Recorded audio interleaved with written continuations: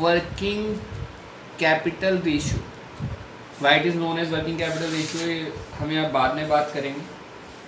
Current ratio और working capital ratio. तो what is the formula of current ratio और working capital ratio is current assets upon current liability. We can say current liabilities also. This is the formula for current ratio. Now what type of assets comes in current assets? So make the list first. You have to identify in the question what are the current assets, only then you can solve this ratio. First is current investments. जो बेटा आपके first type of current assets है उसमें क्या आते हैं, पहले आपके करंट इन्वेस्टमेंट. बेटा इनको शॉर्ट टर्म इन्वेस्टमेंट्स भी बोला जाता है. शॉर्ट टर्म इन्वेस्टमेंट्स भी बोला जाता है. और एक और नाम होता है इनका बेटा marketable securities. Marketable securities. Got it. Second type of current assets is, you all know about it, inventories.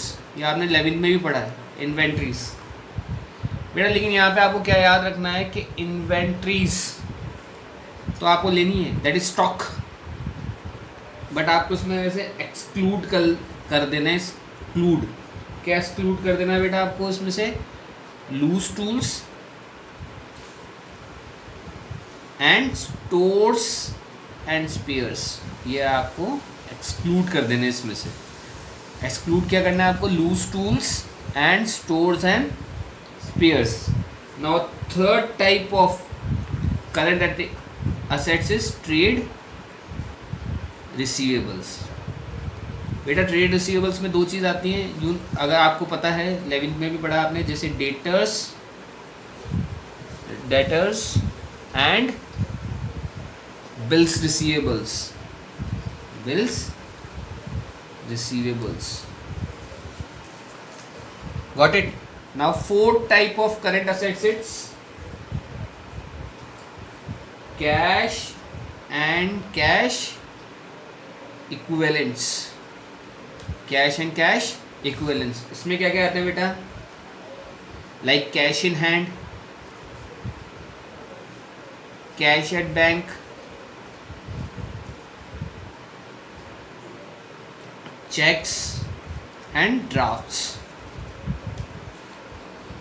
Now your fifth kind of current assets, short term loans. बेटा जो कंपनी ने लोन्स दिए हैं शॉर्ट पीरियड ऑफ टाइम के लिए, किसी भी person को दिए हो सकते हैं, किसी कंपनी को दिए हो सकते हैं. Short term loans and advances.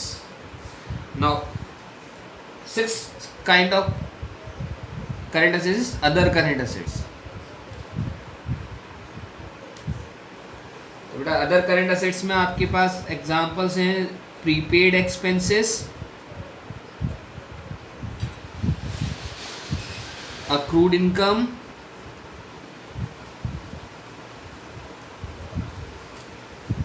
And advance tax.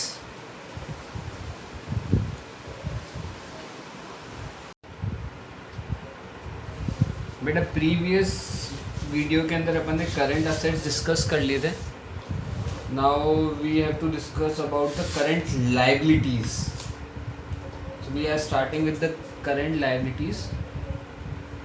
वैसे ही करेंगे जैसे हमने करंट असेट्स की लिस्ट बनाई थी, वैसे ही करंट लायबिलिटीज़ की भी लिस्ट बनाएंगे. तो जो हमारा फर्स्ट करंट लायबिलिटी है that is short term borrowings. Short term borrowings इसमें क्या क्या आते हैं? शॉर्ट टर्म बोरोइंग्स में you can say bank overdraft. Now second type of current liabilities are trade payables. तो बेटा ट्रेड पेबल्स में अगेन दो चीज़ें आती हैं, आपको पता है, क्रेडिटर्स एंड बिल्स पेबल्स. ये आपने 11th में ही पढ़ा बेटा. Now come to the third type of that is other current liabilities.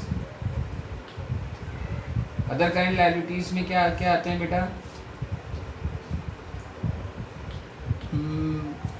Current maturity of long term debt. बेटा लॉन्ग टर्म डेट होती है जो आपने लोन्स लिए हैं बैंक से लॉन्ग टर्म के लिए, लेकिन वो इसी ईयर क्या होने वाले हैं, इसी ईयर आपको उनको पे करना है, तो that is called current maturity of long term debt. Second we can say interest accrued on long term borrowings। जो आपका इंटरेस्ट बना है बेटा लोन्स के ऊपर, वो भी आपके करंट लायबिलिटीज में आएंगे, क्योंकि वो आपको इसी ईयर पे करने होते हैं। Second is income received in advance. Income received in advance को बेटा एक नाम और दिया था अपन ने 11th में, अनअर्न्ड इनकम, वो भी आपकी अदर करंट लायबिलिटीज में आती है।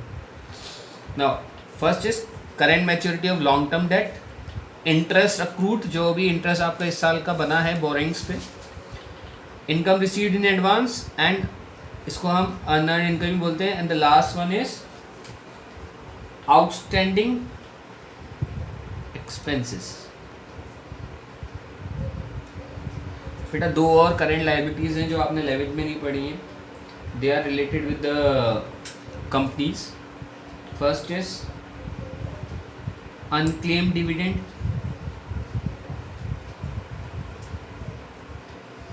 कंपनी ने डिविडेंड तो डिक्लेयर किया है, लेकिन उसको शेयर होल्डर ने क्लेम नहीं किया है, तो वो अभी भी कंपनी के पास पड़ा हुआ है और उसको वो अभी के अभी पे करना पड़ेगा,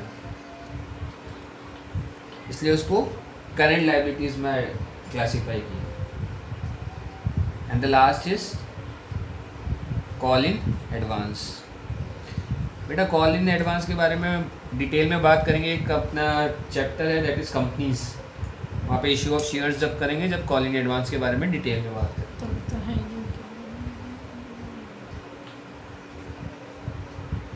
short term provisions. Short term provisions में क्या आते हैं बेटा आपके, जैसे प्रोविजन फॉर टैक्स। बेटा ये आपकी करंट लायबिलिटीज़ की लिस्ट है। नाउ हम एक क्वेश्चन सॉल्व कर रहे हैं, आपको क्वेश्चन में दिखा देता हूँ। ये आपका क्वेश्चन है बेटा, from the following compute the current ratio and give your comment on it. बेटा कमेंट अभी मैंने आपको सिखाया नहीं है, लेकिन आपको क्या करना है, करंट रेशियो कैलकुलेट करना है। करंट रेशियो कैलकुलेट करने के लिए आपको जो लिस्ट दे रखी है, इसमें से करंट असेट्स और करंट लायबिलिटीज़ को क्या करना पड़ेगा, आइडेंटिफाई करना पड़ेगा। Got it? तो बेटा इसमें जैसे आप बोलोगे नॉन करंट इन्वेस्टमेंट, तो नॉन करंट मतलब जो करंट नहीं है, तो ये तो लॉन्ग टर्म इन्वेस्टमेंट है।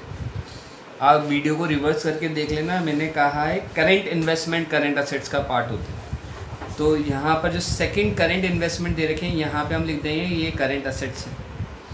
यहाँ पे इन्वेंट्रीज दे रखी है, उसमें लिखा है including loose tools of 50,000 rupees, including loose tools of 50,000 rupees. लेकिन बेटा मैंने आपको बताया है कि इन्वेंट्रीज के अंदर लूज टूल्स को एक्सक्लूड करना है। आप loose tools of 50,000 rupees, including loose tools of 50,000 rupees. लेकिन बेटा मैंने आपको बताया है कि इन्वेंट्रीज के अंदर लूज टूल्स को एक्सक्लूड करना है। आप वीडियो रिवर्स करके देख सकते हैं। तो हम क्या करेंगे, 2,80,000 जो भी दे रखा है यहाँ पे, 2,80,000 में से 50,000 को हटा देंगे, तो ये हो जाएगा बेटा 2,30,000। तो इन्वेंट्रीज जो है हमारी हो जाएंगी बेटा 2,30,000 की। नाउ ट्रेड रिसीवेबल्स, हाँ ट्रेड रिसीवेबल्स करंट असेट्स का पार्ट होते हैं। सन्ड्री डेटर्स और बिल्स रिसीवेबल को हम उसमें ले लेंगे। तो हमारे पास करंट असेट्स 3 हो चुकी हैं, एक तो हो गए हमारे करंट इन्वेस्टमेंट, एक हो गई इन्वेंट्रीज और हो गई ट्रेड रिसीवेबल्स। ट्रेड रिसीवेबल्स में ये हम दोनों इन चीज़ों को ले लेंगे, ठीक है, ये हमारे करंट असेट्स का पार्ट हो गया। फिर हम नीचे आए ट्रेड पेबल्स। ट्रेड पेबल्स बेटा हमारी करंट लाइबिलिटीज़ हैं, करंट असेट्स नहीं है, तो हमारी करंट लाइबिलिटी हमारे ट्रेड पेबल्स है। लॉन्ग टर्म बोरिंग्स बेटा लॉन्ग टर्म हो गई, करंट नहीं मानी जाएगी। Short term borrowings current liability मानी जाएगी, करंट असेट्स नहीं मानी जाएगी। शॉर्ट टर्म प्रोविजन ये भी करंट लाइबिलिटी का पार्ट है। और कैश एंड बैंक बैलेंस, हाँ ये करंट असेट्स का पार्ट है। तो बेटा आपकी 4 करंट असेट्स हो गई, current investment, inventories, trade receivables.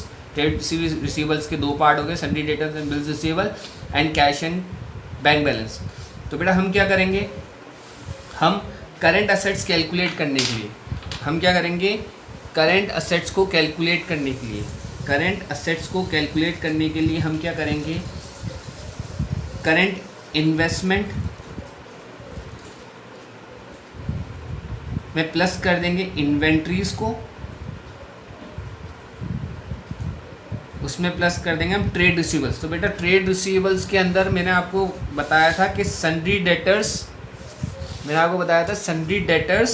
और बिल्स रिसीवेबल दोनों, तो हम सन्ड्री डेटर्स और बिल्स रिसीवेबल को ऐड कर देंगे। सन्ड्री डेटर्स और बिल्स रिसीवेबल्स को ऐड कर देंगे। फिर मैंने एक आपको लास्ट करंट असेट्स बताए थे, that is cash and bank balance. उसको भी ऐड कर देंगे, कैश एंड बैंक बैलेंस। ठीक है, तो बेटा करंट इन्वेस्टमेंट कितने थे, 40,000। इन्वेंट्रीज कितने थी, 2,30,000। और इन्वेंट्रीज थी आपकी ट्रेड रिसीवेबल्स थे आपके 1,60,000, जिसमें 1,60,000 थे डेटर्स, और बिल्स रिसीवेबल थे आपके बेटा 20,000, और 30,000 था बेटा आपका कैश एंड बैंक बैलेंस। तो बेटा ये टोटल आ जाएगा आपके पास 4,80,000। तो आपके पास करंट असेट्स कैलकुलेट हो गए। नाउ बेटा हम बात करें करंट लाइबिलिटीज़ की। तो अगर करंट लाइबिलिटीज़ की हम बात करें तो करंट लाइबिलिटीज़ के नाम पे बेटा एक तो हमारे पास ट्रेड पेबल्स हैं, ये है हमारी एक तो current liabilities. Short term borrowings है हमारे पास करंट लाइबिलिटीज़, और एक शॉर्ट टर्म प्रोविजन है हमारे पास करंट लाइबिलिटीज़। तो हमारे पास 3 तरह की करंट लाइबिलिटीज़ है। तो करंट लाइबिलिटीज़ कैलकुलेट करने के लिए हम क्या करेंगे बेटा, करंट लाइबिलिटीज़ को कैलकुलेट करने के लिए हम क्या करेंगे, एक तो सन्ड्री क्रेडिटर्स ले लेंगे, बिल्स पेबल ले लेंगे, और शॉर्ट टर्म बोरोइंग्स ले लेंगे।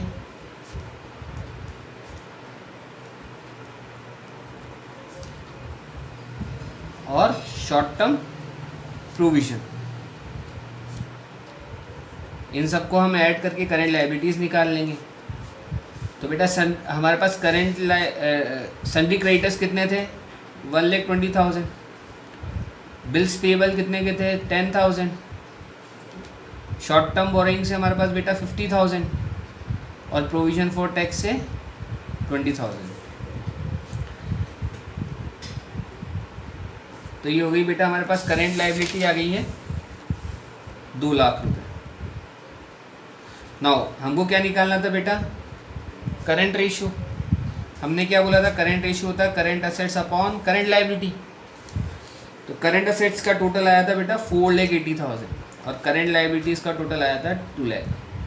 तो हमारे पास करंट रेशियो हमारे पास निकल के आ जाएगा 2.4/1, जिसको हम कैसे लिख सकते हैं, 2.4:1। Got it?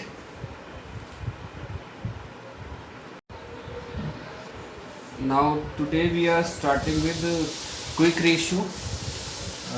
We can also call quick ratio as acid test ratio or liquid ratio. Now what is the formula of quick ratio? Formula of quick ratio is liquid assets upon current liabilities. तो बेटा current liabilities you all know, कल आपने पढ़ लिया था current liabilities के अंदर क्या क्या चीज़ें आती है। Now what is liquid assets. तो liquid asset can be calculated as follows. Current assets minus inventories minus prepaid expense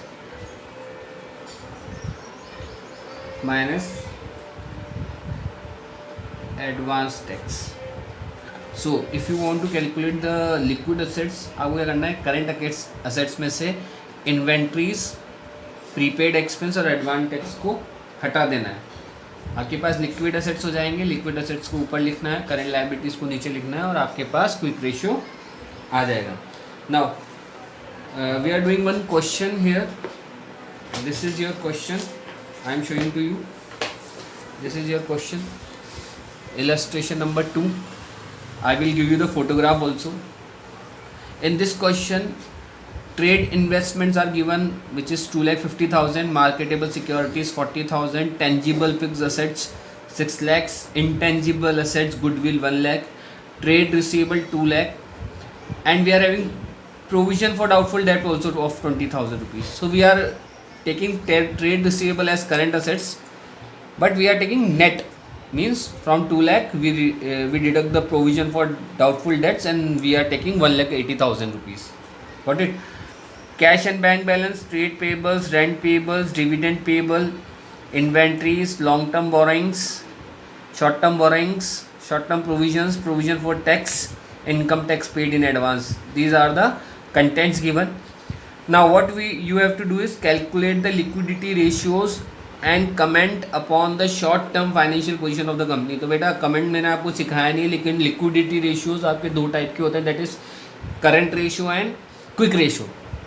सो हमको क्या करना है, यहाँ पे दोनों चीज़ें कैलकुलेट करनी है. तो so we are going with the current assets first.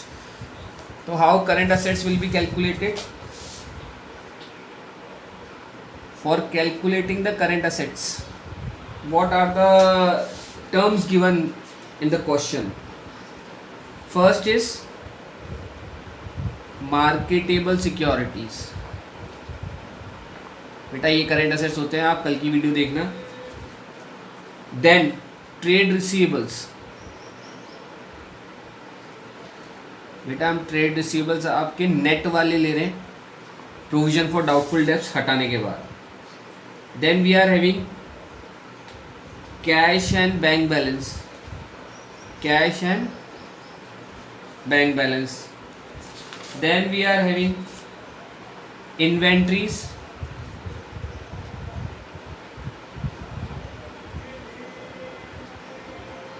and then we are having income tax in advance. So what is the value of marketable securities? 40,000. Again I am saying trade receivable हमको net लेना है, that is 2 lakh minus 20,000, 1,80,000 plus 80,000. This is of cash and cash balance, cash and bank balance, and inventories is of 3,90,000, and advance tax we are having 30,000. So what we are getting is 7,20,000. तो बेटा current assets कितने आ गए आपके पास? 7,20,000. Now how current liability is calculated? How current liability is calculated? In current liabilities we are having trade payables, then we are having rent payable, then we are having dividend payable,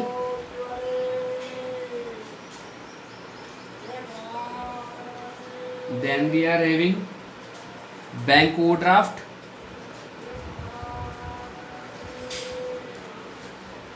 and provision for tax.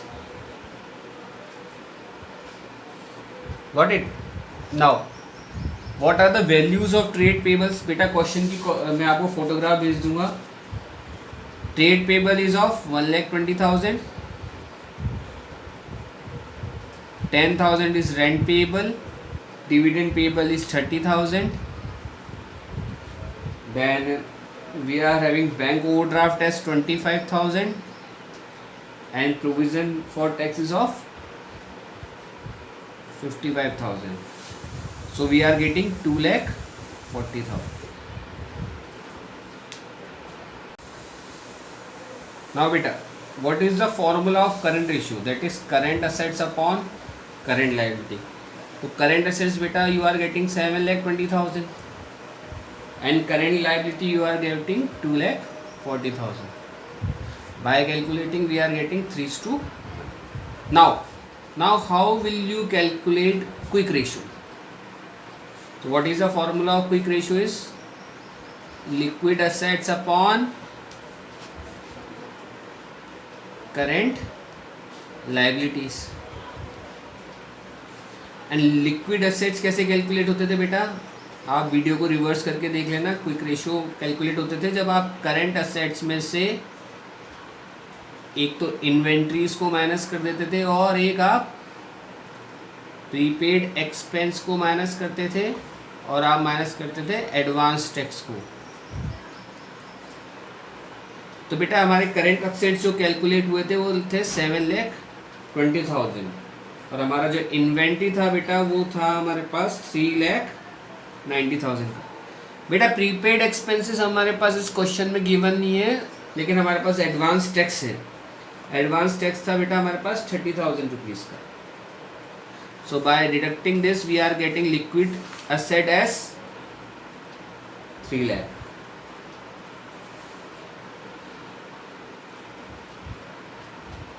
Now apply the formula for quick ratio. Liquid assets we are getting is 3 lakh and current liability आपने जो current ratio के time पे calculate करी थी आप वही use कर सकते हैं. तो that is your 2,40,000 and now you are getting the ratio as 1.25:1. Got it? Now beta if we talk about the commenting part, बेटा स्टैंडर्ड रेशियोज होते हैं. करंट रेशियो का भी स्टैंडर्ड रेशियो है और क्विक रेशियो का भी स्टैंडर्ड रेशियो है. दैट इज़ करंट रेशियो का जो स्टैंडर्ड रेशियो है दैट इज़ 2:1 और क्विक रेशियो का जो स्टैंडर्ड रेशियो 1:1 है. बेटा स्टैंडर्ड रेशियोज़ क्या काम आते हैं? कमेंट करने के काम में आते हैं. अगर आपका जो रेशियो कैलकुलेट हुआ है, अगर आपका रेशियो जो कैलकुलेट हुआ है वो 2:1 या 1:1 से ज़्यादा